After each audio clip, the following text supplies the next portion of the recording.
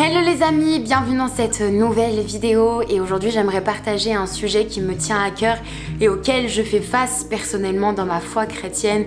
Étant jeune ou moins jeune, nous sommes tous confrontés à ça. Comment résister au péché? J'aimerais que nous redéfinissions ensemble en tout premier qu'est-ce qu'est le péché.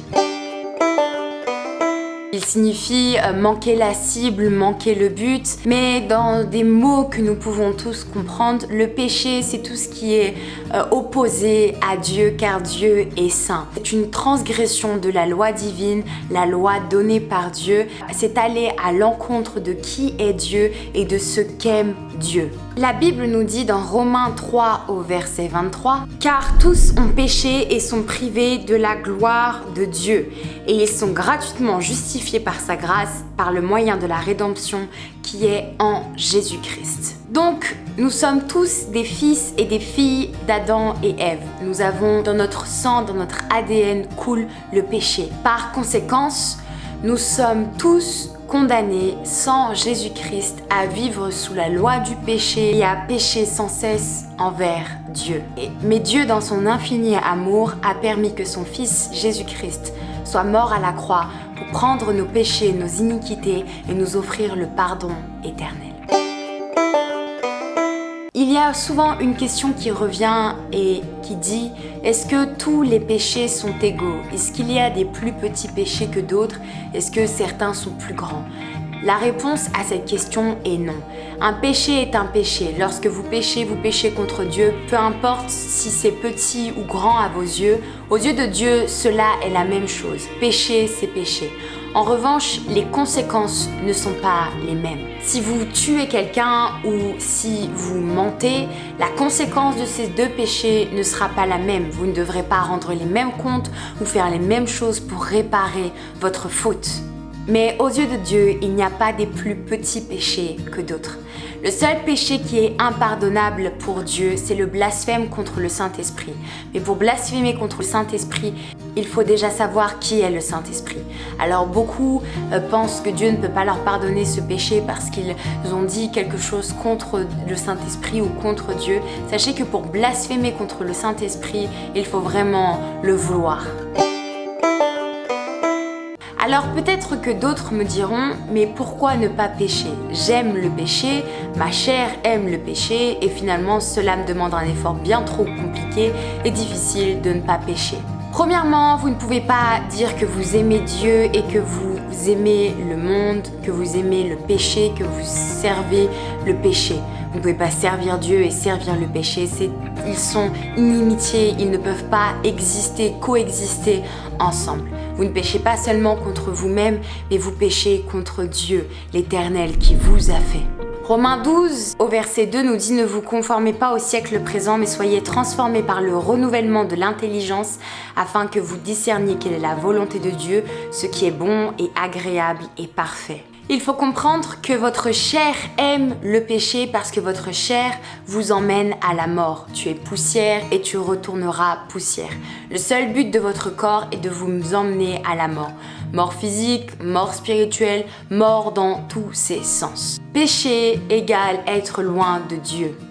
Et Dieu nous a sanctifiés par son Fils, il nous a rendus saints. Nous sommes appelés les saints grâce au sacrifice de Christ. Notre Dieu est 3 fois saint. La Bible ne cesse de faire les éloges de la sainteté de Dieu et de combien Dieu est le péché. Celui qui aime le péché, c'est le diable. Parce qu'il sait qu'au travers du péché, vous êtes éloigné de Dieu. Vous êtes privé de sa grâce. Vous êtes privé de sa présence et de qui il est. Il raffole de tout ce qui est inimitié avec Dieu, de tout ce qui ne va pas avec Dieu. Il aime que la création de Dieu, les enfants de Dieu, se confortent dans leur péché afin de louper la relation personnelle avec Dieu, de louper leur appel et leur ministère, de louper le royaume des cieux et finalement d'être éloignés de Dieu. Voici donc 4 astuces pour résister au péché selon la Bible. La première est le fait de prier. Vous ne pouvez pas être chrétien sans parler à Dieu. Vous ne pouvez pas penser à avoir une relation personnelle sans la prière. La prière est la communication sans fil par excellence. C'est la base de toute chose. et vous avez besoin de cette prière pour être fortifié, pour demander la direction au Seigneur. Voyons ensemble 2 passages. Le premier passage se trouve dans Luc 22 au verset 40 et il dit ceci. « Priez afin que vous ne tombiez pas en tentation. » Puis il s'éloigna d'eux à la distance d'environ un jet de pierre et s'étant mis à genoux, il pria. Jésus est notre exemple parfait en toutes choses.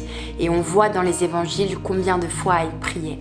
Tant de grands hommes et de grandes femmes de la Bible priaient aussi. Ils avaient cette communication, cette relation personnelle avec Dieu, remettant tout temps et toutes choses entre les mains de Dieu. Et Jésus nous dit, veillez et priez afin que vous ne tombiez en tentation. Dans Matthieu 26 au verset 41, il nous est dit, veillez et priez afin que vous ne tombiez pas dans la tentation. L'esprit est bien disposé, mais la chair est faible. Romains 7 nous décrira aussi parfaitement ce qu'est le péché et comment le péché essaye d'atteindre notre corps et notre âme. Le deuxième point, c'est connaître la parole de Dieu. La prière et la Bible ne sont pas dissociables. Vous ne pouvez pas non plus prétendre être un chrétien ou avoir une vie, une relation personnelle avec Dieu sans connaître sa parole. Le psaume 119 au verset 11 nous dit « Je serre ta parole dans mon cœur afin de ne pas pécher contre toi. Béni sois-tu, ô Éternel. Enseigne-moi tes statuts. » Lorsque Jésus était dans le désert, le diable est venu le tenter. Parce qu'au bout de 40 jours, il eut faim, la Bible nous dit. Le diable a tenté Jésus avec la parole de Dieu. Si Christ n'avait pas connu ce que la Bible dirait, il n'aurait pas pu lui répondre de cette manière. Quand les pensées s'agitent au-dedans de toi, quand le diable va venir pour te tenter, ta seule véritable arme pour répondre à tout ça, c'est la parole de Dieu. En te disant, mais la Bible dit ceci, mais le Seigneur dit autre chose que ce que tu es en train de me dire. Alors, je vais écouter la parole de Dieu. Vous savez, nous pouvons tous avoir une multitude de faux raisonnements. Nous pouvons tous croire que nous sommes dans le droit chemin par nos propres pensées. Mais la Bible nous dit ne t'appuie pas sur ta propre sagesse. Il n'y a que la parole de Dieu et la Bible et ce qu'elle renferme qui compte. Ce ne sont pas nos propres choix, nos propres pensées ou notre propre vision.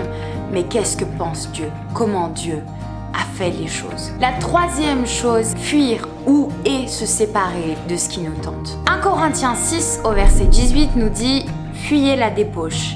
Quelques autres péchés qu'un homme commette, ce péché est hors du corps. Mais celui qui se livre à la débauche pêche contre son propre corps. Ne savez-vous pas que votre corps est le temple du Saint-Esprit qui est en vous et que vous avez reçu de Dieu, que vous n'appartenez plus à vous-même ?» Là, on nous parle de débauche, impudicité, toutes ces choses-là. Et la Bible ne nous dit pas résister et il fuira loin de vous, mais la Bible nous dit fuyez. Parce que Dieu sait que notre corps, notre chair est faible face à ces choses. Et la Bible dit que celui qui se croit debout prenne garde à ne pas tomber. Lorsque nous pensons que nous sommes forts, c'est alors que nous sommes faibles.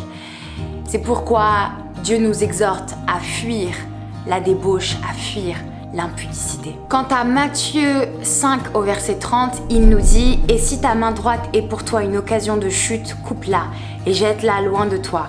Car il est avantageux pour toi qu'un seul de tes membres périsse et que ton corps entier n'aille pas dans la géhenne ou bien l'enfer. » Et 1 Pierre 5 au verset 8 nous dit « Soyez sobres, veillez, votre adversaire le diable rôde comme un lion rugissant, cherchant qui il dévorera.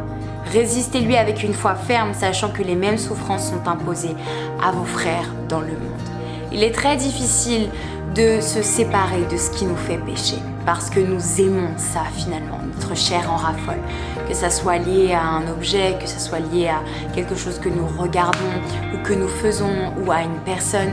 Nous n'aimons pas couper court à ce qui nous projette, à ce qui nous jette dans le péché. Pourtant la Bible est claire, c'est une image. Il vaut mieux avoir un bras coupé ou une main coupée plutôt que tout son corps dans l'enfer. Je vous laisse réfléchir à ça, même si ça coûte, ce sacrifice a d'énormes bénéfices sur notre relation avec Dieu le Père. Le quatrième et dernier conseil est de remettre en tout temps et toutes choses à Dieu. Ne pensez pas que vous pouvez faire avec vos propres forces, compter sur vos propres forces, mais vous avez besoin d'être renouvelé, de l'intelligence dans votre foi, dans votre cœur, dans votre perception de voir les choses par le Seigneur des Seigneurs. Et ce qu'il faut faire en tout temps, face à chaque tentation, face à chaque péché, est de remettre à Dieu. Vous savez, plus vous aurez une relation personnelle avec Dieu, plus le Saint-Esprit qui vit en vous vous transformera et vous renouvellera de toutes choses. C'est parce que c'est écrit dans la Bible que nous connaissons et que nous savons que cela est péché. Mais notre nature même aime ces choses, parce que nous sommes voués à mourir. Alors je vous encourage de tout cœur, ne pensez pas que vous pouvez faire par vous-même, mais laissez le Saint-Esprit vous renouveler. Ayez une profonde relation avec Christ. Et si vous tombez, relevez-vous et avancez.